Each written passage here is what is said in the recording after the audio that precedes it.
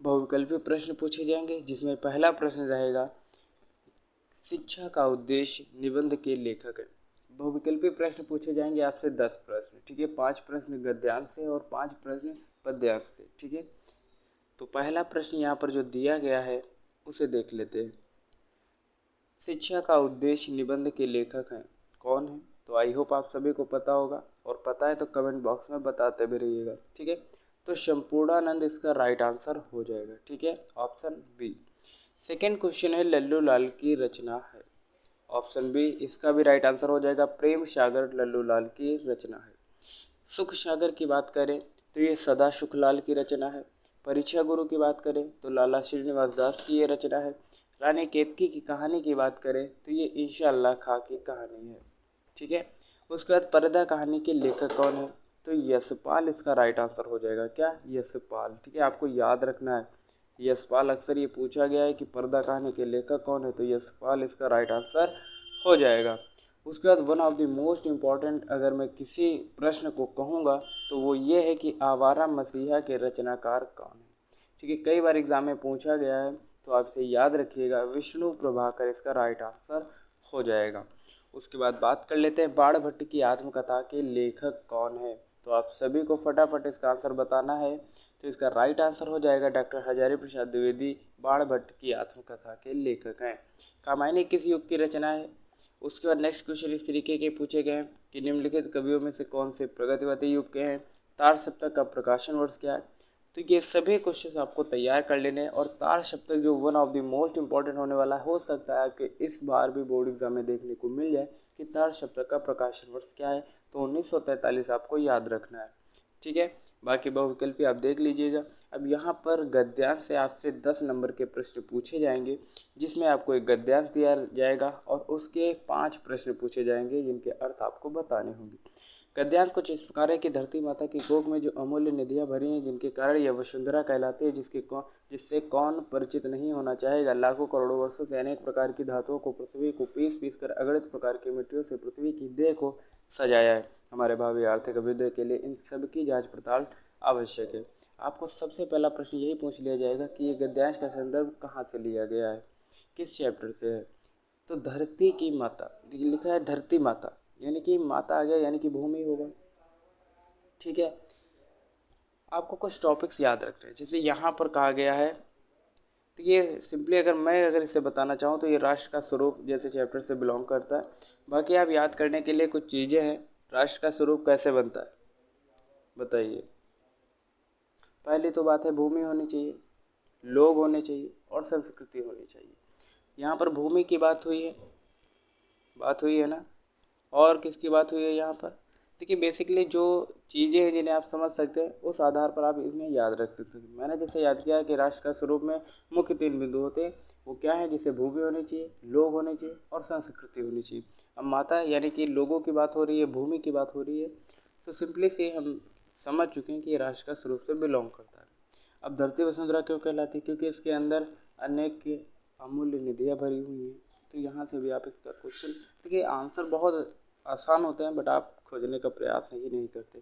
उसका नेक्स्ट गद्यांश आपसे अथवा में भी पूछ लिया जाएगा, ताकि अगर आपको कोई आ रहा हो तो वो करे, अन्यथा की स्थिति में आपका छूटे ना, ठीक है। अशोक के फूल से संबंधित है, तो ये भी चैप्टर किस चैप्टर से बिलोंग करता है? तो अशोक के फूल, जो किसने लिखा है? डॉक्टर हजारी प्रसाद द्विवेदी ने, ठीक है। उसके बाद यहाँ पर पद्यांश से क्वेश्चन पूछे जाएंगे, और यहाँ पर क्वेश्चन है कि दुर्बलता का चिन्ह विशेष पथ पर अवलाजन के लिए कौन सा पथ है? यदि मैं उकसाई गई भरत से हूँ तो पद समान ही स्वयं पुत्र बिखूँ। ठहरो मत रोको मुझे कहाँ सुन लूँ, पाऊँ यदि उसमें शार्थ तो उसे सब चुन लूँ। करके पहाड़ सा पाप मौन रह जाऊँ, किंतु राय भर भी अनुताप ना करने पाओ। तो ये कैकेयी का अनुताप नामक चैप्टर से लिया गया है, और जिसके लेखक कौन है आप सभी को कमेंट बॉक्स में बताना है, क्योंकि सारी चीज़ें अगर यहाँ पर बता दी जाएंगी तो ये कैसे पता चलेगा कि आप अपनी प्रिपरेशन को और मजबूत करने के लिए इस चैनल पर आए हैं, ठीक है। तो कुछ आंसर आप भी देते रहिएगा। उसके बाद यहाँ पर प्रश्न 5 में आपसे पूछा जाएगा जीवन परिचय। जीवन परिचय हालांकि अब नहीं पूछा जाता, अब आपसे साहित्यिक परिचय पूछा जाएगा। साहित्यिक और जीवन परिचय में अंतर क्या है, इसके लिए मैं एक आप सभी के लिए बहुत जल्दी वीडियो लेकर आऊँगा, जिसमें हम समझने वाले हैं जीवन परिचय वर्सेस साहित्यिक परिचय क्या होता है, डिटेल में समझेंगे, ठीक है। यहाँ पर जो मुख्य रूप से मैं आपको बताऊंगा तो वासुदेव शरण जी का आप याद कर लीजिएगा साहित्यिक परिचय, और doctor Hazari Prasad Dwivedi. One of the most important होने वाला है, कोई ना कोई आपको मिल जाएगा यहाँ से। और पद्यांश की बात कर लेते हैं तो मैथिली शरण गुप्त, सुमित्रा नंदन पंत, रामधारी सिंह दिनकर, तीन में से कोई एक आपको 100% मिल जाएगा। तो मेरे हिसाब से मैथिली शरण गुप्त याद करके जाइए। ठीक है, उसके बाद नेक्स्ट क्वेश्चन पूछा जाएगा कहानी से। ठीक है, जैसे बहादुर या फिर पंचलाइट कहानी का उद्देश्य क्या है। कहानी के लिए आप कुछ दिन वेट करिए, डिटेल में वीडियो आएगी, 5 या 10 मिनट की वीडियो होगी जिसमें आपको कहानी के बारे में बताया जाएगा। इतनी बेहतरीन से समझाया जाएगा कि उसके बाद आपको पढ़ने की आवश्यकता नहीं, कहानी आपकी तैयार हो जाएगी। स्वपठित खंड काव्य में आपसे श्रवण कुमार से खंड काव्य पूछ लिया जाएगा। अगर देखिए, ये डिस्ट्रिक्ट बेस पे होता है, आप जिस भी डिस्ट्रिक्ट से बिलोंग करते हैं तो उस डिस्ट्रिक्ट का प्रीवियस ईयर उठाइए और वहाँ से देखिए कौन सा स्वपठित खंड का पूछा जा रहा है, तो वही आप तैयार कर लीजिए। फ्री के ये 5-10 नंबर आपको मिलते हैं और अगर आपने तैयार कर लिया तो चीज़ें आपके लिए आसान हो जाएगी। अनिवार्य संस्कृत से देख लेते हैं, जहाँ से हिंदी अनुवाद करने के लिए क्वेश्चन पूछे जाते हैं और यहाँ से आपको 7 नंबर मिलते हैं। ठीक है, तो ये भी तैयार हो जाएगा अगर आप अभी से तैयारी कर रहे हैं। न मे रोचते भद्रम उल्लू कस्य मी विचेनम, अरे यार संस्कृत में आती नहीं, आप पढ़ लीजिएगा। ठीक है, उसके बाद नेक्स्ट है मुहावरों में से किसी एक का अर्थ लिखिए और वाक्य प्रयोग करिए। ठीक है, जैसे दिया है तलवार की धार पर चलना, यानी कि हमेशा मुसीबतें ही उठाना। ठीक है, हमेशा कुछ उल्टा सीधा काम करते रहना। टका सा जवाब देना। ठीक है, दाल में काला होना, यानी कि कुछ गड़बड़ होना। सिंपल से हैं यार, हिंदी पढ़ रहे हो, 10-12 साल हो गए, इंटर में हो और मुहावरे भी अगर नहीं आ रहे तो क्या ही आ रहा है। उसके बाद 10वां क्वेश्चन आप देख सकते हैं, यहाँ पर अपठित गद्यांश से पूछा गया और यहाँ से आपको 5 नंबर मिल जाएंगे। फ्री के ये भी कहे जाएंगे। ठीक है, उसके बाद 11वां प्रश्न पूछा जाएगा शब्द अर्थ, जो भी शब्द दिया जाएगा उसके आपको अर्थ बताना है। जैसे वचन व्यसन, ठीक है, वसन व्यसन है और विवश और व्याकुल है, कवच और भोजन है। तो इनमें से भी किसी एक अर्थ आप आसानी से लिख पाएंगे कि 4 दिए जाएंगे, 4-4। उसके बाद आप यहाँ पर देख सकते हैं, यहाँ पर अब स्थायी भाव जैसे हास्य रस है, वीर रस है, इनके स्थायी भाव लिखने, उदाहरण सहित, परिभाषा सहित सब कुछ समझाना है और 2 नंबर आपको मिल जाएंगे। तो ये भी आप फ्री के नंबर समझिए, ये हर बार पूछे जाते हैं।